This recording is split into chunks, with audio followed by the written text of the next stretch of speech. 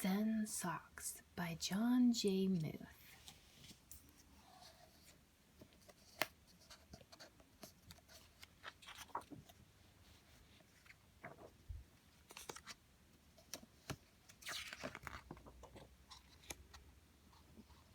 Leo and Molly sat on the porch of their new home. "Look," said Leo, "it's going to happen again." "Yep, it's almost time," said Molly. "What's his name again?" asked Leo. "Mr. Quiet Puddle?" "Stillwater," said Molly. "Isn't that our cat riding in the basket of his bicycle?" asked Molly. "I like his hat," said Leo. "I like his bicycle," said Molly. "I like this neighborhood," said Leo.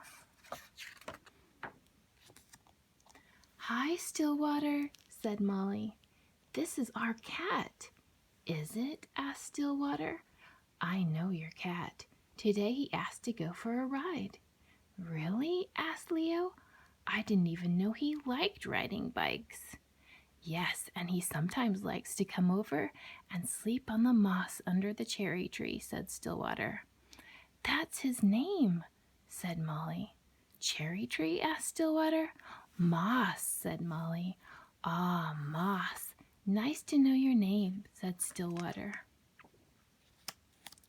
The next day, Molly went to visit Stillwater. "Moss would like to know if you want to dance with me," said Molly. "Yes, I would," said Stillwater. "My auntie is a ballet dancer," said Molly. "I really want to be one too." "I think that would be wonderful," said Stillwater. "I will practice all day, and then I will be as good as my auntie," said Molly. "Good. Practice is very important," said Stillwater. "And then I will do shows on stage, and I will get flowers and lots of blue ribbons and tiaras, and my name will be on posters with lots of glitter," said Molly. "Well, that might take more time than one day." "Yeah," Molly shrugged, "maybe 2 days." Stillwater paused and said, "Let me tell you a story." There was once a young fellow named Jiro. Jiro wanted to be a great swordsman, just like his father. So he packed his things and went to Mount Fatura to find the famous swordsman Bonzo. "You wish to learn swordsmanship under my guidance?" asked Bonzo. "Yes," said Jiro. "If I work very hard, how long will it take to become a master?" "I see that you cannot become a swordmaster," said Bonzo, and he turned to go. "But," pleaded Jiro, "I will pass through any hardship, anything you say." "How long, then?" Bonzo looked at Jiro. "Oh, maybe 10 years. My father is getting old. I want to show him I'm a great swordsman like him. If I work even more intensively, how long will it take?" "Oh, well then, maybe 30 years, said Bonzo.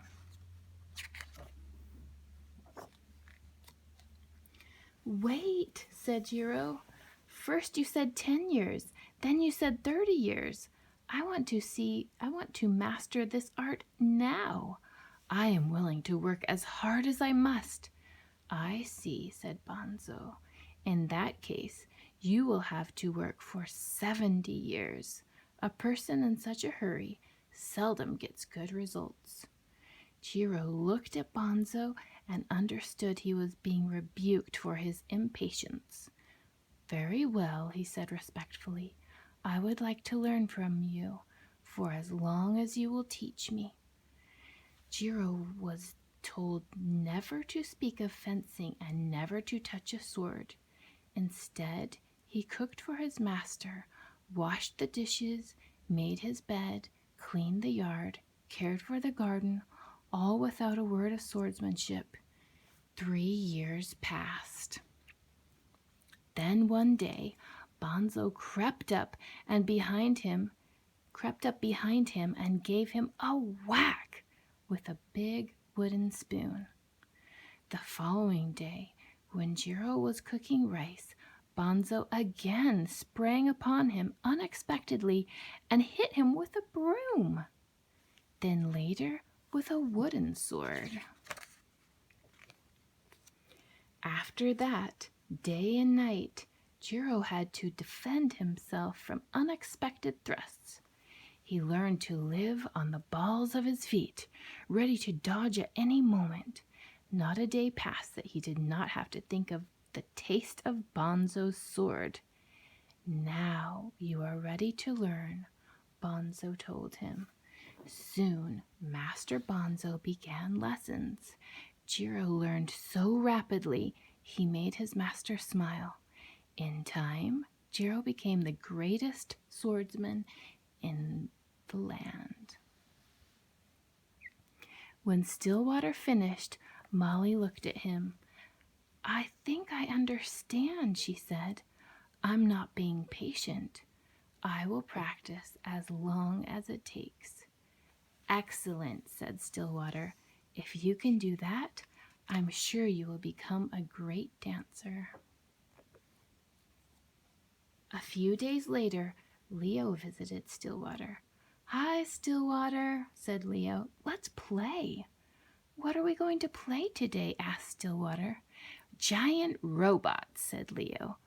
I brought your favorites.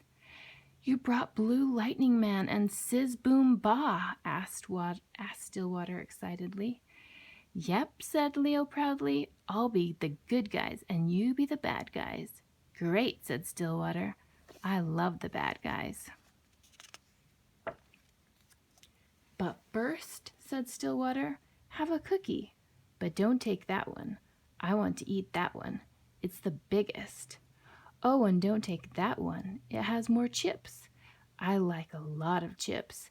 They're my favorite. Here, you have this one. It's small and broken. No, wait, this one is even smaller. Stillwater, said Leo. You are keeping all the good ones for yourself. That's mean. There are only 5 cookies. I want to be sure I get the best ones, said Stillwater. You are being selfish, said Leo. You're being a bad guy. Stillwater bowed. He held the plate out for Leo. That is right. Please take whichever cookie you like. Have you ever wanted all the best cookies for yourself? Asked Stillwater. Leo nodded. I have too, said Stillwater. I guess bad guys don't always think they are being bad guys, said Leo. That is our struggle, said Stillwater, thinking if we get all the best things for ourselves, we will be happier. Stillwater picked up his robot. Okay, let's play. I'm a bad guy. Wait, said Leo. No good guys, no bad guys. Follow me. They went through the kitchen and into the green of the backyard. Let's go on a quest together with our robots, said Leo. We'll explore the green bamboo galaxy. Maybe someone is lost and we can rescue him. One bright weekend morning, the 4 friends decided to go to the beach.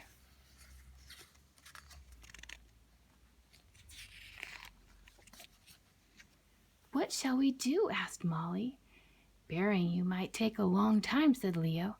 You are probably right, said Stillwater. Let's go for a walk. Stillwater, look at the goldfish, said Molly. Where did they all come from? Asked Leo. Starfish, what are you doing here? Asked Molly. There are so many, said Stillwater, and the tide is going out. What will happen? Asked Leo. They will dry out in the sun and perish. Molly picked up a starfish and threw it back to the ocean. That's good, Molly, said Leo. They began picking up the starfish one by one and throwing them back into the water. After a while, Leo said, There are too many. This won't make a difference. Molly picked up another starfish and threw it back into the ocean. It made a difference to him, she said. 3 of the 4 friends were very tired. The sun was going down. The beach had no more stars. Wow, said Leo. We did it, Molly smiled. Stillwater, she said. Look up. Stars.